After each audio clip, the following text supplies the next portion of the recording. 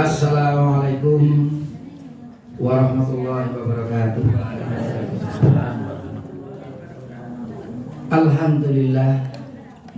Alhamdulillahirabbil alamin.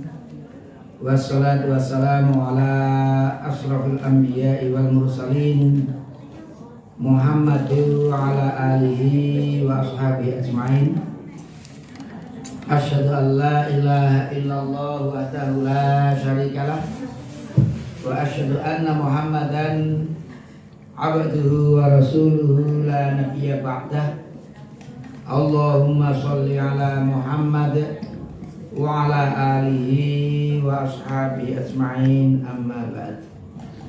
Bapak-bapak, ibu-ibu sekalian yang berbahagia, pertama mari kita selalu panjatkan puji syukur kehadirat Allah Subhanahu wa taala atas segala nikmat yang telah diberikannya kepada kita semua, khususnya nikmat iman dan Islam. Bapak-bapak, ibu-ibu sekalian yang berbahagia, kita lanjutkan kajian kitab Riyadhus Shalihin. Kalau yang terakhir kemarin sampai bab yang ke-110, babu taksiril aidi 'ala ta'am. Bab memperbanyak tangan dalam makanan. Intinya bahwa dianjurkan kalau kita makan itu berjamaah, karena makanan satu porsi bisa untuk 2 orang, makanan 2 orang untuk 3 orang, 3 porsi untuk 4 orang. Itu dalam satu riwayat. Bahkan riwayat yang kedua itu 1 untuk 2, 2 porsi bisa untuk 4, 4 porsi bisa untuk 8 orang. Tapi kalau bareng-bareng itu insya Allah nanti akan menjadi berkah, menjadi nikmat. Karena memang dalam agama kita kan prinsipnya kita makan itu kalau sudah lapar, dan kita berhenti makan sebelum kita kekenyangan. Kalau kenyang itu insya Allah ya masih bisa lah, yang penting tidak kemelekaran. Karena porsi kenyangnya orang itu kelihatannya sesuai tandonnya masing-masing. Ada yang tandonnya banyak, ada yang tandonnya kecil. Ini tentunya ukurannya tidak satu. Maka masing-masing itu tentunya bisa mengukur diri sendiri. Yang penting ketika makan tidak sampai kekenyangan. Kecuali memang dalam hal-hal tertentu itu. Umpamanya kadang-kadang ada suguhan, tahu-tahu porsinya porsi gede. Sementara kalau tidak dihabiskan ya mubadzir, nek dinteke kaya warake ramen gitu. Jadi ya kadang-kadang itu buah si malakama juga itu. Tapi kalau udah benar-benar apa itu tidak bisa memasukkan lagi, ya tentunya insya Allah bukan bagian dari takdir juga insya Allah. Kalau itu apa itu memang sudah apa itu disediakan kok kokean. Tapi kalau kita bisa memperkirakan sebenarnya ya bisa mengurangi kokean itu, dikurangi wae itu ya itu lebih baik, antisipasi kalau nanti kita daripada tidak habis. Bapak-bapak, ibu-ibu sekalian yang berbahagia, kita lanjutkan bab yang ke-111. Ini babu adabis syurb. Bab etika minum. Kalau kemarin masih banyak berkaitan dengan makan, ini terkait dengan minum. Hadis yang pertama, ini hadis yang muttafaqun alaih, diriwayatkan oleh Imam Bukhari dan Muslim. Dari sahabat Anas bin Malik radhiyallahu anhu, anna Rasulullah sallallahu alaihi wasallam, bahwasanya Rasulullah sallallahu alaihi wasallam kana yatanaffasu fis syarabi thalathan. Rasulullah itu biasa kalau minum itu bernafas 3 kali. Jadi Rasulullah kalau minum itu 3 kali bernafas.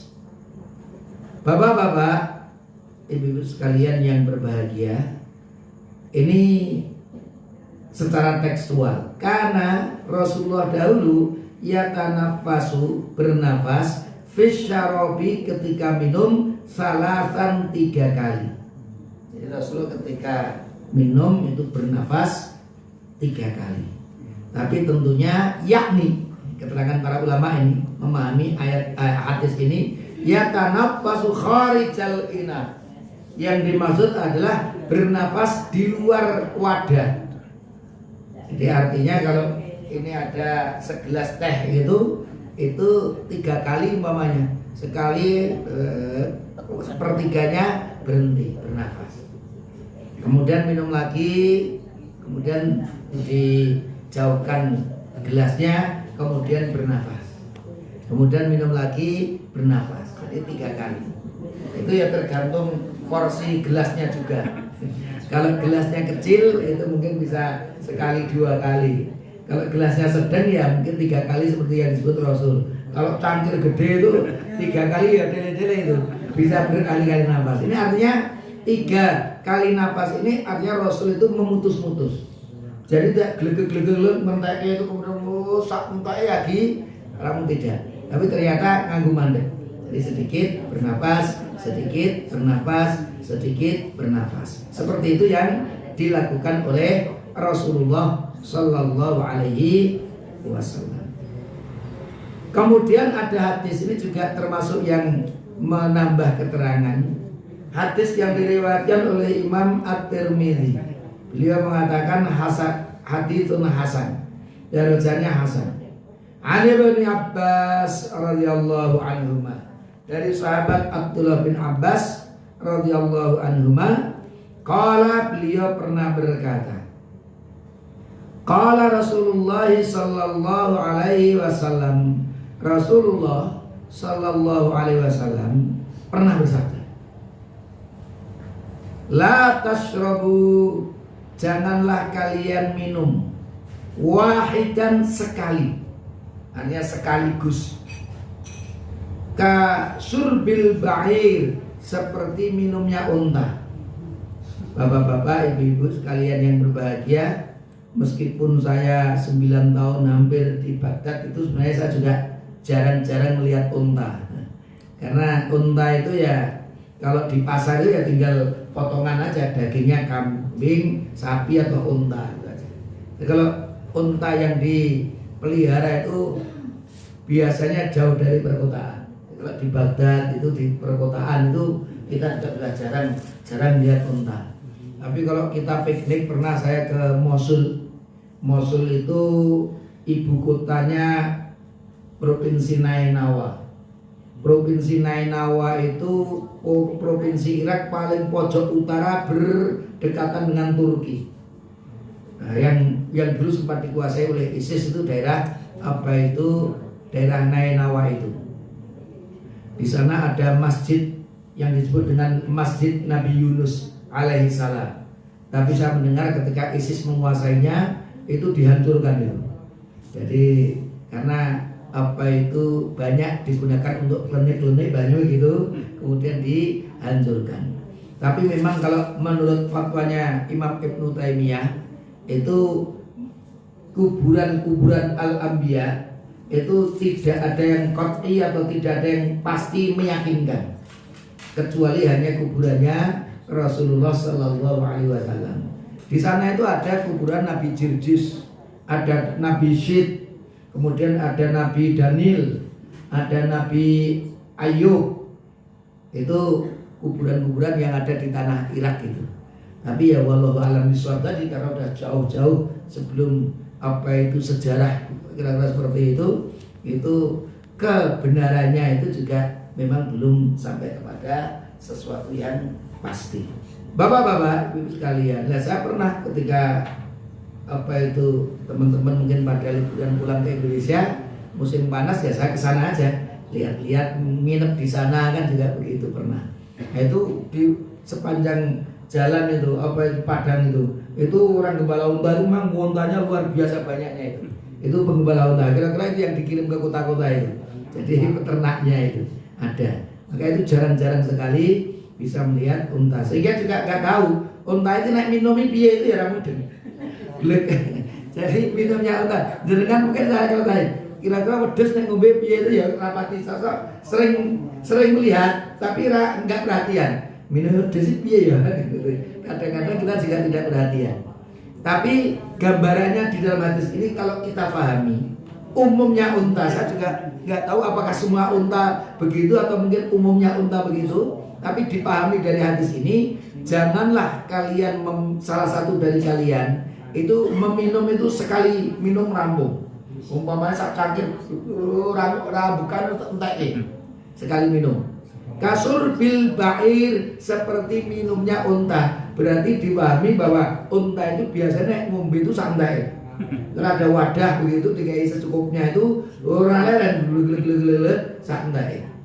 Tapi ya normal kalau unta itu, karena unta itu tempatnya kan gede. Salah satu keajaiban dari hewan unta itu kan dalam masalah bertahan terhadap panas. Jadi dia tidak meminum sekian waktu itu nggak ada masalah, karena ada jeligen yang ada di dalam tandanya itu punya, sehingga sangat kuat. Maka untuk perjalanan di Timur Tengah yang sangat panas itu yang paling memungkinkan unta itu. Kalau tidak itu ya mungkin harus banyak bawa persediaan air. Itulah kurang lebih seperti itu. Jadi kalau minum sekali habis itu dianggap seperti minumnya unta. Janganlah kau minum sekali habis, itu seperti minumnya unta. Walakin akan tetapi israbu, minumlah masna wa sulasa, 2 kali atau 3 kali. Nah, ini maksudnya masna wa sulasa itu dalam satu minum itu 2 kali. Umpamanya 1 gelas ini ya tidak glegek-glegek sampai habis, tapi paling tidak setengahnya ambekan sih, bernafas dulu, setengahnya baru bisa. Atau bahkan 3 kali, sepertiganya glegek-glegek ya. Kemudian lagi seperti itu. Itu ketika ingin menghabiskan langsung. Kadang-kadang kita juga ingin kan merumput. Kalau posisinya tidak tergesa-gesa itu ya enak, itu tehnya panas diseruput, dan ini seruput itu mesti ambekannya pirang-pirang gitu. Karena kepanasan lah, itu beda.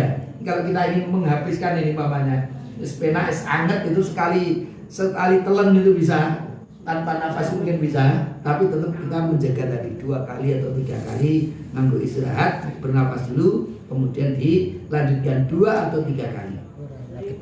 Wasammu, dan ucapkanlah basmalah idza antum syaribtum, ketika engkau memulai minum.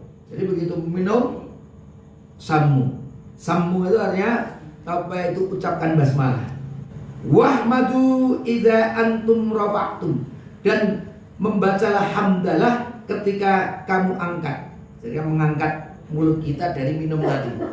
Jadi kalau kita pahami secara tekstual, ini minum, kalau kita 3 kali bernafas itu bisa 3 kali basmalah dan 3 kali hamdalah.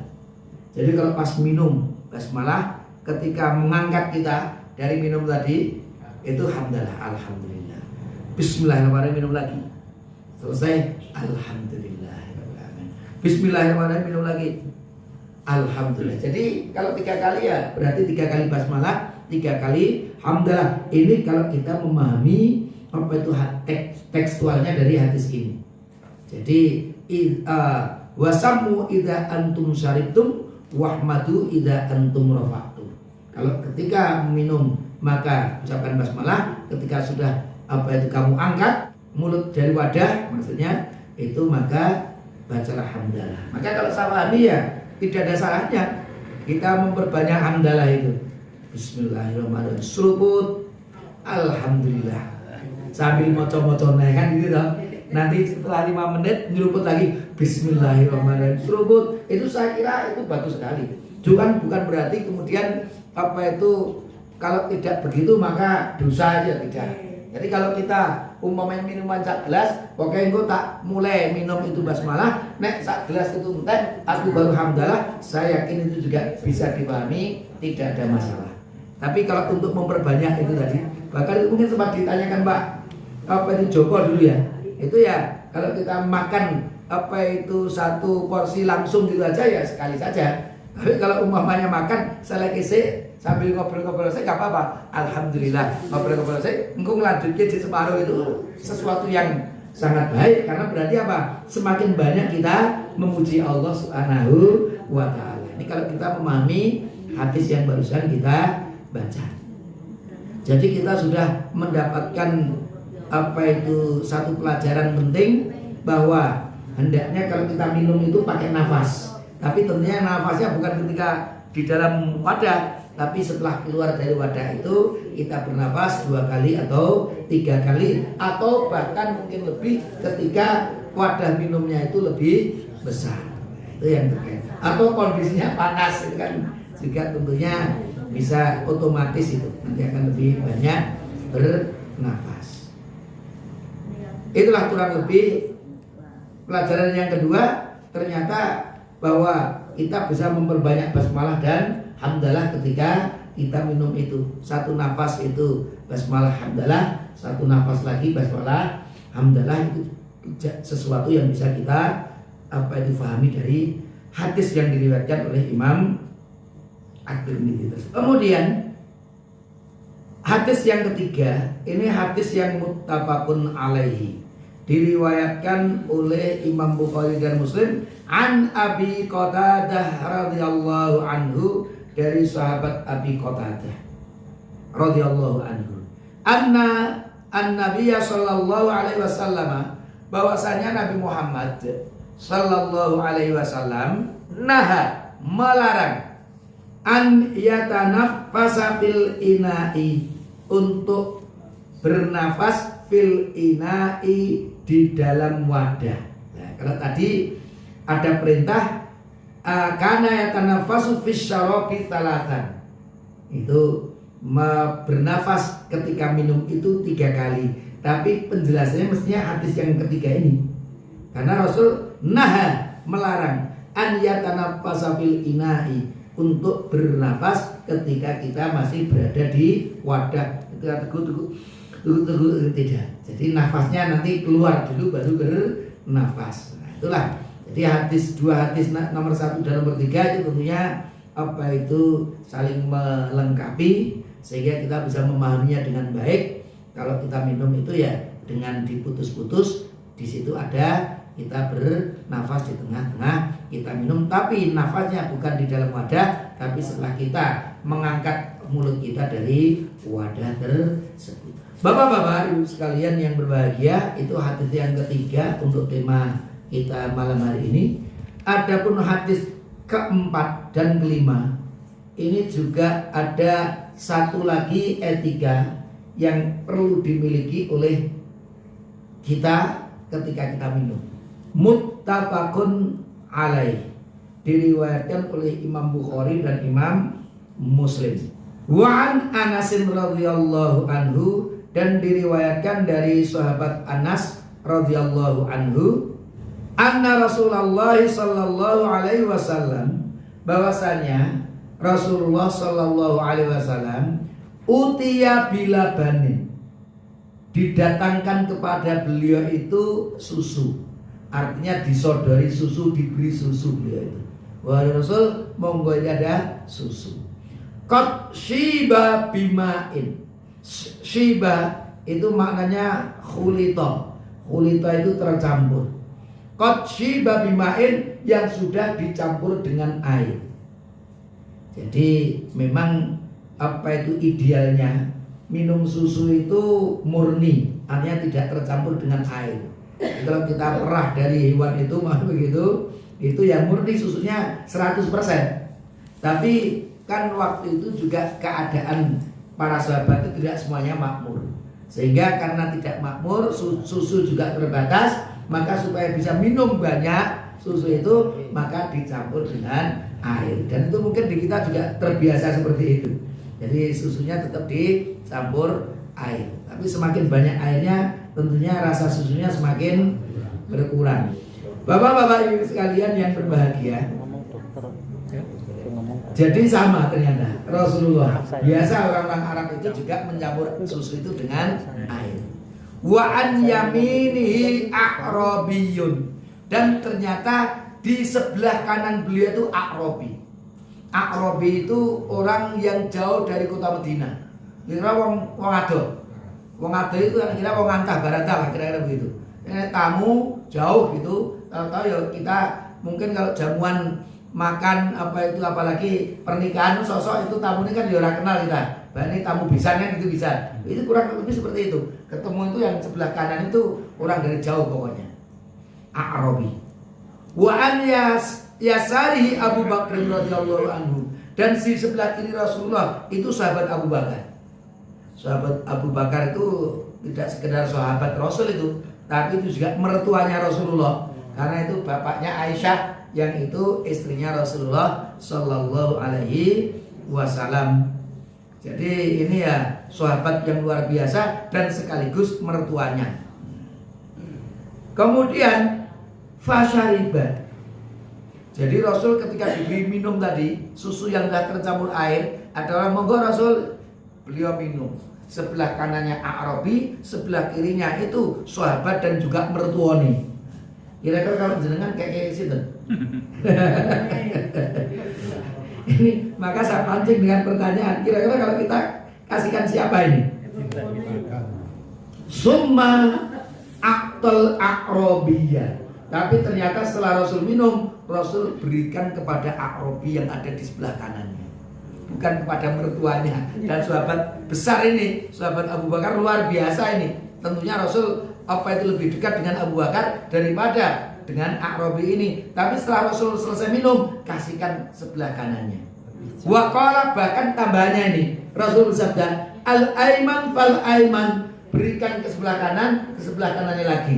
Jadi yang sebelah kiri tadi mertuanya dilirik sama Rasulullah. Ini menunjukkan salah satu etika dalam minum itu, memang setelah minum itu diberikannya ke sebelah kanan bukan sebelah kiri.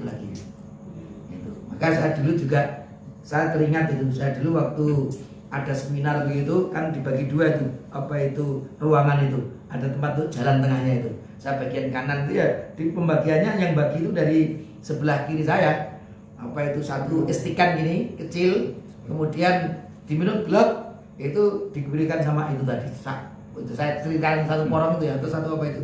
Kemudian lagi sebelah kanannya minum, kembalikan lagi di sana. Kemudian minum lagi. Itu apa itu ke sebelah kanan itu dengan satu gelas kecil tadi, mulutnya berhati. Saya pertama ya kayak gimana gitu, ya bismillah, mulutnya saudara nggak apa-apa. Akhirnya seperti itu kebiasaan di sana seperti itu. Ya estikan, gelasnya kecil. Kalau dengan negara itu kan ada gelas cilik-cilik itu nama. Kalau kita nyebutnya estikan, ini ya sama. Ini gelas, tapi estikan. Jadi kalau kita habis makan tanya orang Arab, kamu mau minum satu gelas atau satu estikan? Kalau saya selalu gelas, kalau estikan lah cukup. Saya biasanya malah cangkir, cuma estikan itu jalur ping papat nanti. Itu biasanya kalau orang Arab biasanya estikan. Tapi kalau saya tetap gelas itu, jalurnya selalu gelas selalu itu. Saya gelas, sekedar satu estikan. Nah, ini apa al-aiman fal aiman, berikan yang kanan, yang kanannya lagi. Jadi kanan kira-kira muter.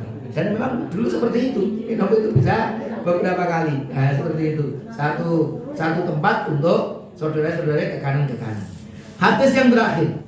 Hadis yang muttafaqun alaihi wa an Sahlin ibn Sa'ad radhiyallahu anhu. Dari Sahal bin Sa'ad radhiyallahu anhu, anna Rasulullah sallallahu alaihi wasallam, bahwasanya Rasulullah sallallahu alaihi wasallam utiya bisyarabin, pernah beliau itu disodori minuman sama seperti tadi.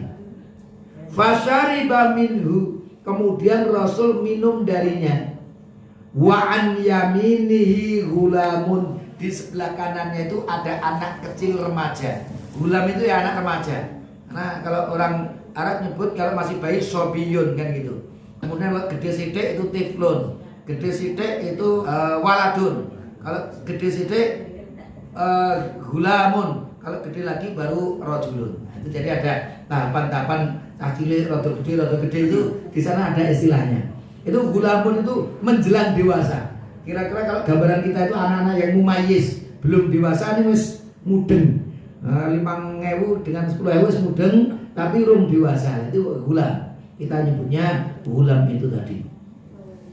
Lah, di sebelah kanan beliau itu ada gulam, anak remaja.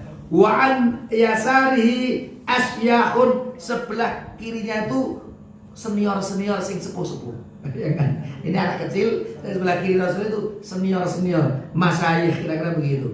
Para orang-orang yang sudah sepuh, asyah.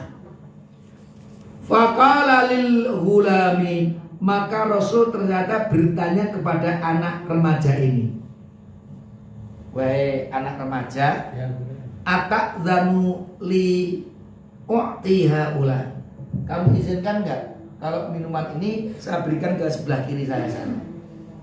Itu minta izin kepada yang kecil. Jadi Rasul minta izin, boleh nggak itu saya kasihkan yang sana itu?